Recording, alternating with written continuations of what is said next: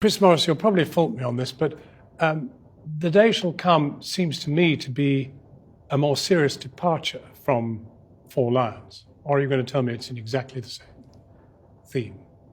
No, it's not exactly the same theme, because I think Four Lions is about five people who are terrorists. Right. And this is about a group of people who definitely aren't. So this film sort of comes in under two questions, which is one, who is the biggest recruiter of terrorists in the USA? And two, what would you do if you were broke, about to lose your house, and someone offered you 100 grand?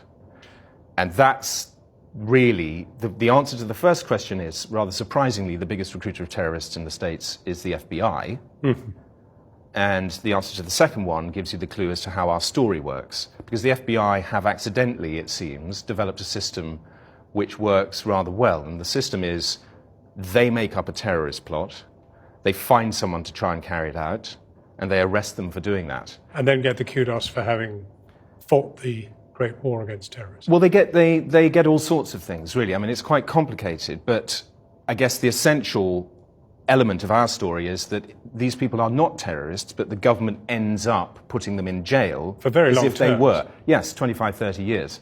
And there's a close to 100% conviction rate in these cases. And I wasn't looking for this. I wasn't aware of this. I mean, I think we all sort of have a vague idea that the FBI may be involved in setting people up. But then when you follow the story that I did and you see it close up, it's jaw-dropping. It's really shocking and very, very hard to believe. And yet the statistics, once you lay them out, are quite extraordinary. I mean, we're talking about 100 incidents of the FBI doing this, 100 known incidents. More, actually, more. Yes, I mean, I say it's based on 100 true stories. That's Yeah. a sort of notional 100. It's in the right ballpark. It's more likely 300. But 300 times, the FBI have managed to pin a crime on essentially innocent people who were just part of some casual grouping, who they trained to be terrorists and then arrested and jailed. yes, if I may take the FBI's side for a second, it sort of works like this. You're freaked out by 9/11.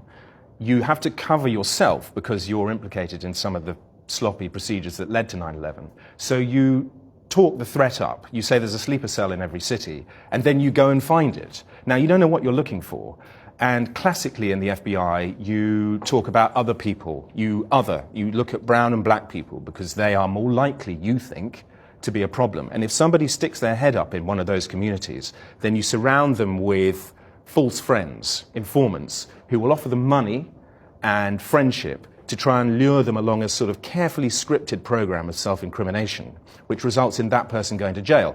And you will say to the court, as a prosecutor, is it better that this person goes to jail or that we let them go back out on the street? And the juries always say, better put them in jail.